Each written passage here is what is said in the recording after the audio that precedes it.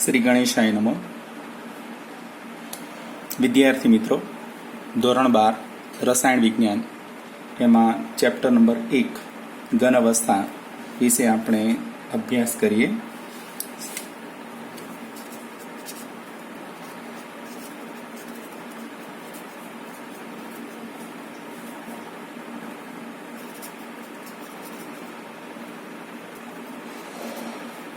ધોરણ 12 રસાયણ વિજ્ઞાન પ્રકરણ 1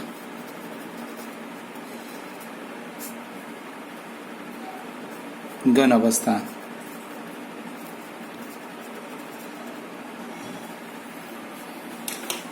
આ ચેપ્ટરમાંથી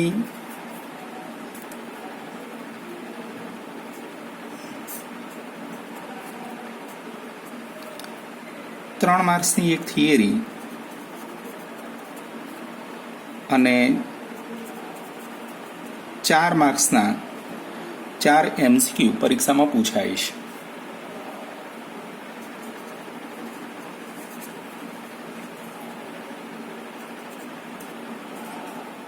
આમ ટોટલ 7 માર્કનું વેઇટેજ ધરાવે છે. પ્રકરણ 1માં સૌપ્રથમ આપણે શરૂઆત કરીશું સ્ફટિકમય ઘન પદાર્થના વર્ગીકરણથી.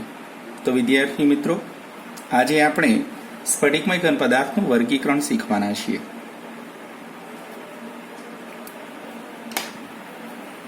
સ્ફટિકમય ઘન પદાર્થનું વર્ગીકરણ.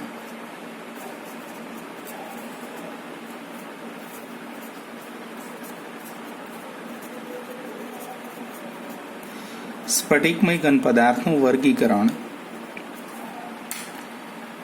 આંતરાણવીય આકર્ષણ બળોને આધારે 4 વિભાગમાં કરવામાં આવે છે.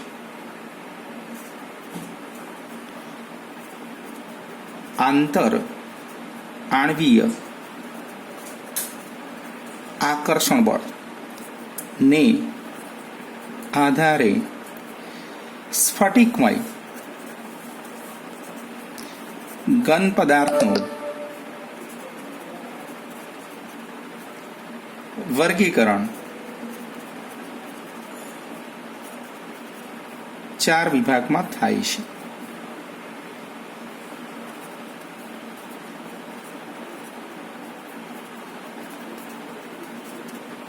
નંબર 1,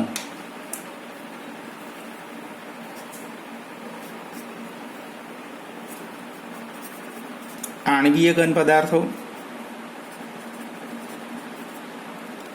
નંબર 2, આયોનિક ઘન પદાર્થો.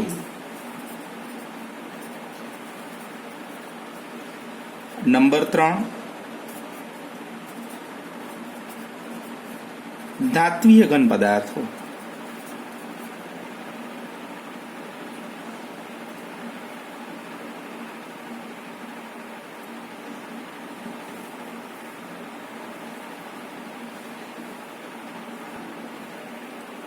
નંબર 4,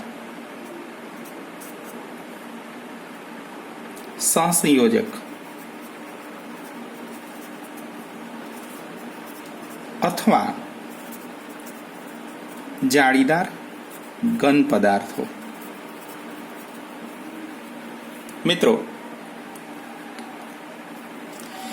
આંતરાણવીય આકર્ષણને આધારે સ્ફટિકમય ઘન પદાર્થનું વર્ગીકરણ 4 વિભાગમાં કરવામાં આવે છે.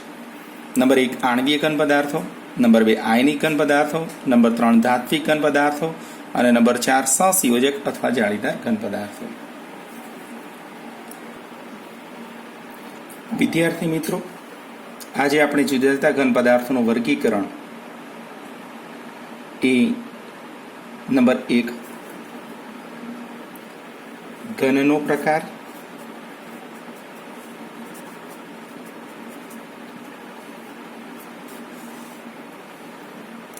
નંબર 2, ઘટક કણો. નંબર 3, તેમની વચ્ચે ઉદ્ભવતા આંતર આણવીય આકર્ષણ બળો.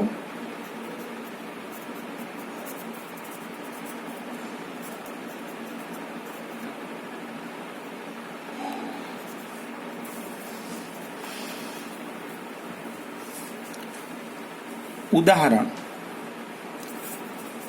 તેમજ ભૌતિક સ્વભાવ, ગલનબિંદુ અને વિદ્યુતીય વાહકતાના આધારે સમજીશું. વિદ્યુતીય વાહકતાના આધારે સમજીશું. તો મિત્રો, ફરીથી આજે આપણે જુદા જુદા ઘન પદાર્થોનું વર્ગીકરણ, નંબર 1 ઘનનો પ્રકાર, ઘટક કણો, આંતરાણવીય આકર્ષણ બળો, ઉદાહરણ, ભૌતિક સ્વભાવ, ગલનબિંદુ તેમજ વિદ્યુતીય વાહકતાને આધારે સમજવાના છીએ. એમાં નંબર 1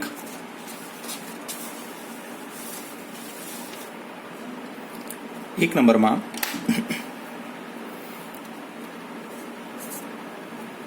આણ્વીય ઘન પદાર્થો.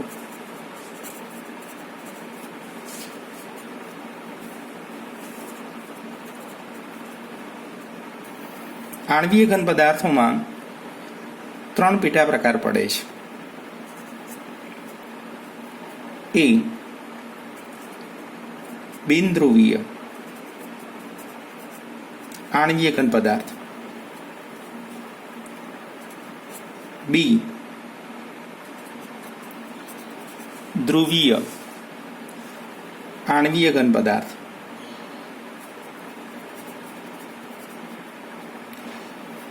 અને સી હાઇડ્રોજન બંધ ધરાવતા આણ્વીય ઘન પદાર્થો. આમ આણ્વીય ઘન પદાર્થોને ટોટલ 3 વિભાગમાં વર્ગીકૃત કરી શકાશે. નંબર 1 બિનધ્રુવીય, નંબર 2 ધ્રુવીય અને નંબર 3 હાઇડ્રોજન બંધ ધરાવતા આણ્વીય ઘન પદાર્થો. અહીં બિનધ્રુવીય આણ્વીય ઘન પદાર્થ હોય કે ધ્રુવીય આણ્વીય ઘન પદાર્થ હોય કે હાઇડ્રોજન બંધ ધરાવતા આણ્વીય ઘન પદાર્થો હોય, એ દરેકે દરેકમાં ઘટક કણ તરીકે અણુઓનો સમાવેશ થાય છે. દરેકે દરેક અણુઓ સ્વરૂપે હશે.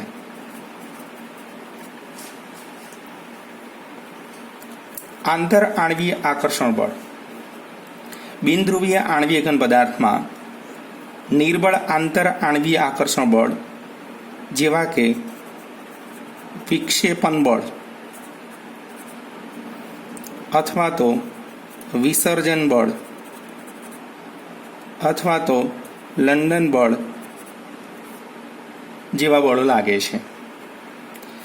બિનધ્રુવીય આણ્વીય ઘન પદાર્થમાં નિષ્ક્રિય વાયુ તત્વના પરમાણુઓ જેવા કે હિલિયમ, આર્ગોન, નિયોન કે ક્રિપ્ટોન ઘન ભૌતિક અવસ્થામાં એમના ઉદાહરણ તરીકે લઈ શકાય. કેટલાક બિનધ્રુવીય આણ્વીય ઘન પદાર્થ તરીકે તત્વના અણુઓ જેવા કે H2, Cl2, N2,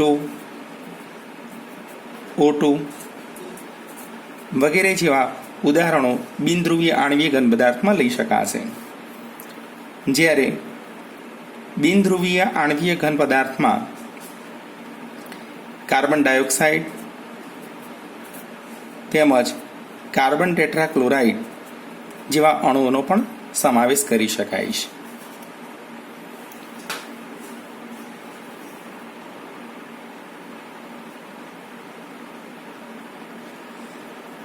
ભૌતિક સ્વભાવ. તો બિનધ્રુવીય આણ્વીય ઘન પદાર્થો સોફ્ટ હોય છે. સૌથી વધુ મૃદુ ઘટક તત્વો અથવા તો સંયોજનના અણુઓ એ બિનધ્રુવીય આણ્વીય ઘન પદાર્થમાં સમાવિષ્ટ છે. તેમના ગલનબિંદુ ઘણા બધા નીચા જોવા મળે છે. ઘણા નીચા ગલનબિંદુ ધરાવતા આ ઘટક સંયોજનો છે અને તેઓ અણુઓ સ્વરૂપે હોવાને કારણે વીજભારની દ્રષ્ટિએ તટસ્થ હોય છે અને માટે તેઓ વિદ્યુતીય વાહકતા દર્શાવતા નથી અને માટે તે વિદ્યુતના અવાહક છે. વિદ્યુતના અવાહક છે. નંબર 2 ધ્રુવીય આણ્વીય ઘન પદાર્થમાં અણુઓ દ્વિધ્રુવીય આંતર આણવીય આકર્ષણ બળથી આકર્ષાયેલા હોય છે.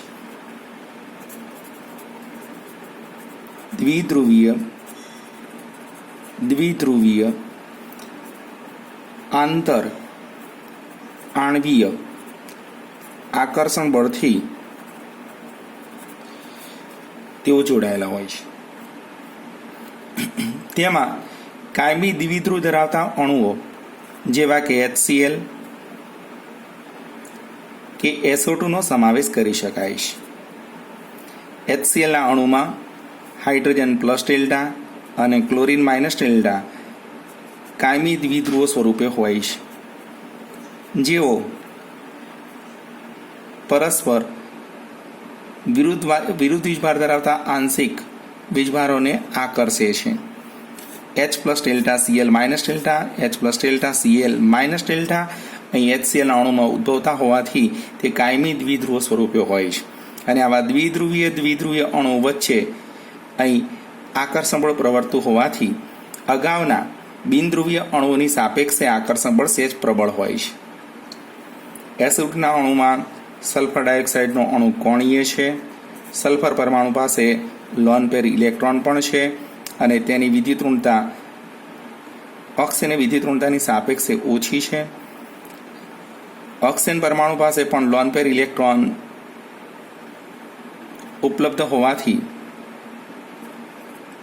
તેમજ વિદ્યુતઋણતા વધુ હોવાને કારણે ઓક્સિજન માઇનસ ડેલ્ટા અને સલ્ફર પ્લસ ટુ ડેલ્ટા ઉદ્ભવે છે. એક SO2 નો અણુ બીજા એક SO2 ના અણુ સાથે આંતર આણવીય આકર્ષણ બળથી આકર્ષાયેલો હોય છે.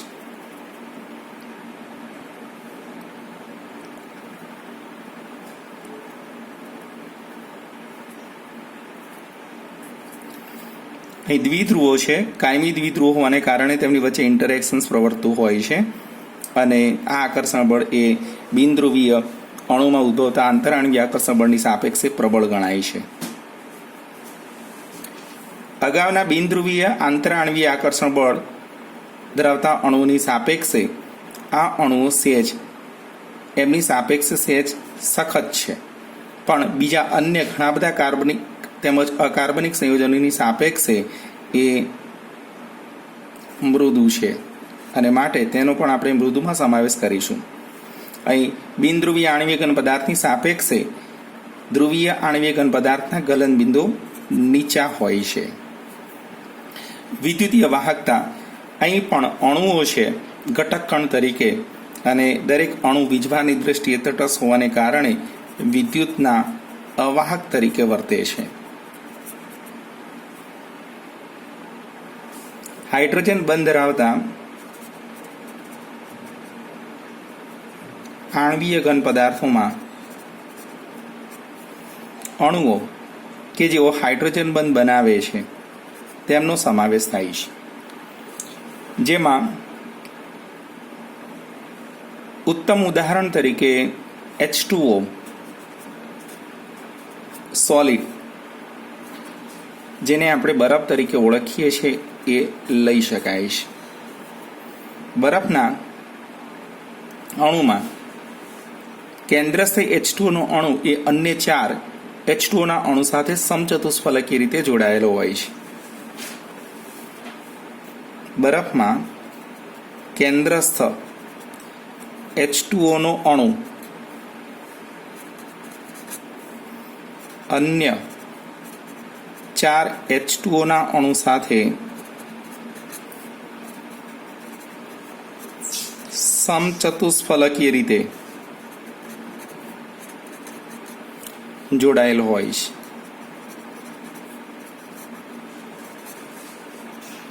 અને માટે તે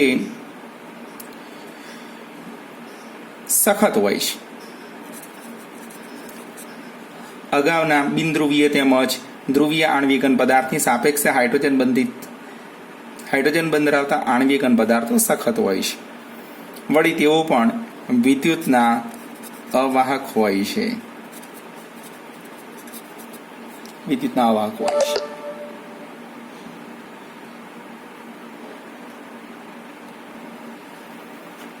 મિત્રો, ઘનનો બીજો એક પ્રકાર આયનીય ઘન પદાર્થો છે.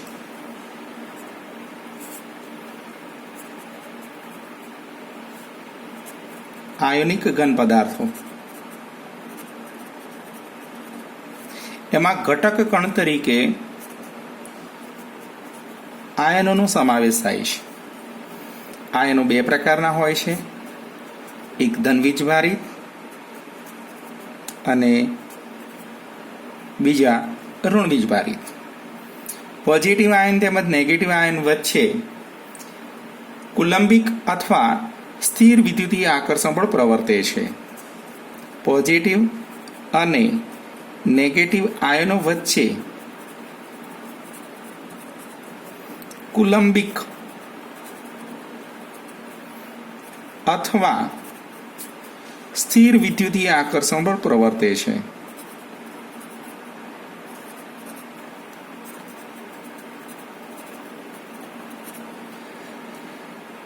અહીં ઉદાહરણ તરીકે NaCl, સીજીએમ ક્લોરાઇડ, ઝિંક સલ્ફાઇડ જેવા ઘણા બધા ઉદાહરણો આપણે લઈ શકીએ છીએ.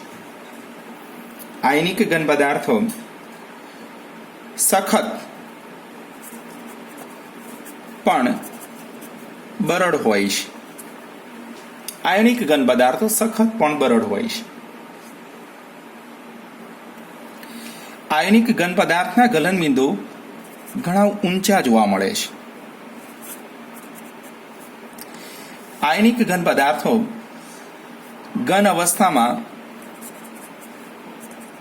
અવસ્થામાં ધનાયન તેમજ ઋણાયન પોતે પોતાના નિયત સ્થાન ઉપરથી ચલિત નહીં થઈ શકતા હોવાને કારણે વિદ્યુતના અવાહક છે.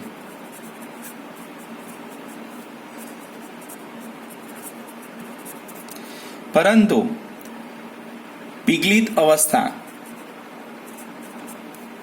તેમજ જલીય દ્રાવણમાં વિદ્યુતના વાહક તરીકે વર્તી શકે છે. પીગલિત તેમજ જલીય દ્રાવણમાં આયનો સ્થાનફેર કરી શકતા હોવાને કારણે વિદ્યુતનું વહન દર્શાવી શકે છે.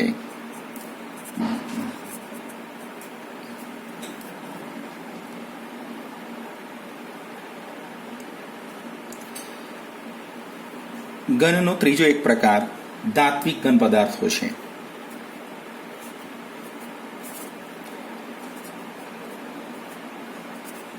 ધાત્વિક ઘન પદાર્થો ધાત્વિક ઘન પદાર્થમાં ઘટક કણ તરીકે ધનવીજભારિત પરમાણુ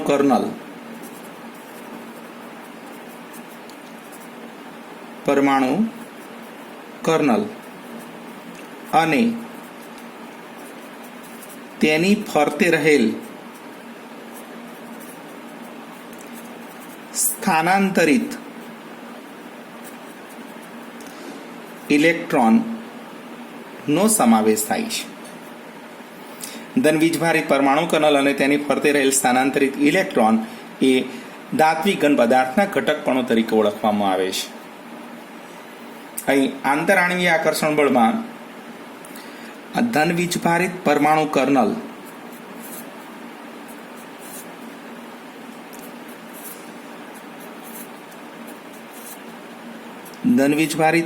કર્નલ બતાવવામાં આવેલા છે અને તેની ફરતે સ્થાનાંતરિત ઇલેક્ટ્રોન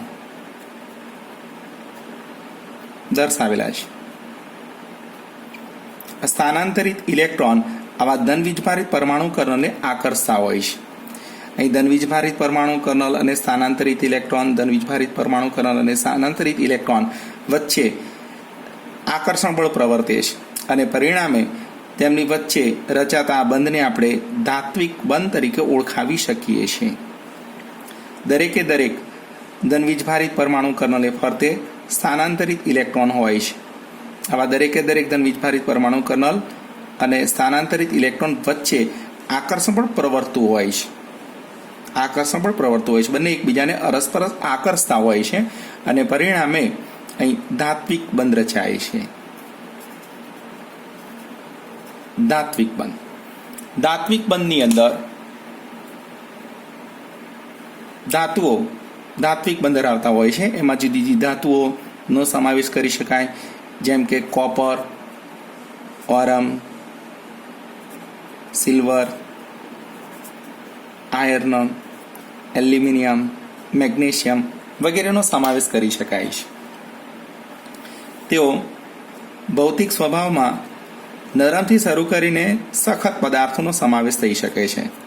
નરમથી શરૂ કરીને ખૂબ જ સખત ધાત્વીય ઘન પદાર્થો અસ્તિત્વ ધરાવતા હોય છે. ગલનબિંદુ લાંબા ગાળાના જોવા મળે છે. સોડિયમ સોફ્ટ છે, ગલનબિંદુ નીચું હોય છે. પણ બાકીની આ બધી જે ધાતુઓ દર્શાવવામાં આવેલી છે તે ધાતુઓના ગલનબિંદુ ઘણા બધા ઊંચા હોય છે, એટલે ગલનબિંદુ ઘણા ઊંચા ગણી શકીએ છીએ. ગલનબિંદુ ઊંચા જોવા મળશે. અહીં ધાત્વિક ઘન પદાર્થ ઊંચા ગલનબિંદુ ધરાવે છે. ધાત્વિક ઘન પદાર્થ પ્રવાહી કે ઘન અવસ્થામાં પણ વિદ્યુતનું વહન કરી શકે છે. પ્રવાહી અવસ્થામાં કે ઘન અવસ્થામાં વિદ્યુતનું વહન દર્શાવી શકે છે. મિત્રો, આપણે જાણીએ છીએ કે ઘન અવસ્થાની અંદર ધાતુનો એક સ્ફટિક બતાવવામાં આવેલો છે અને ધાતુના સ્ફટિકમાં રહેલા આવા સ્થાનાંતરિત ઇલેક્ટ્રોન વિદ્યુતનું વહન દર્શાવવા માટે જવાબદાર છે. આવા ઇલેક્ટ્રોનને આપણે સ્થાનાંતરિત ઇલેક્ટ્રોન તરીકે ઓળખીએ છીએ, જે ધન વીજભારિત પરમાણુ કર્ણની ફરતે છે. જ્યારે વીજ સ્થિતિમાનનો તફાવત સર્જવામાં આવે છે ત્યારે આવા ઋણ વીજભારિત ઇલેક્ટ્રોન જે ડિલોકલાઇઝ્ડ છે, જે વિસ્થાનીકૃત ઇલેક્ટ્રોન છે, એ વિદ્યુતનું વહન કરવા માટે જવાબદાર બને છે. ઘનનો એક ચોથો પ્રકાર જે સહસંયોજક અથવા જાળીદાર ઘન પદાર્થો છે.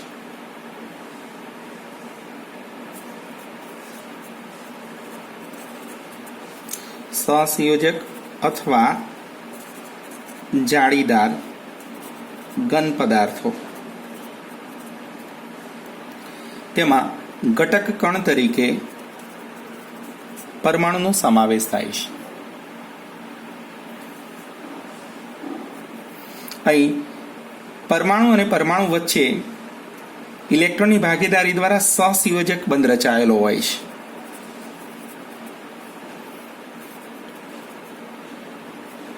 ઉદાહરણ તરીકે આપણે જુદા જુદા સહસંયોજક ઘન પદાર્થોનો સમાવેશ કરી શકીએ છીએ, જેમાં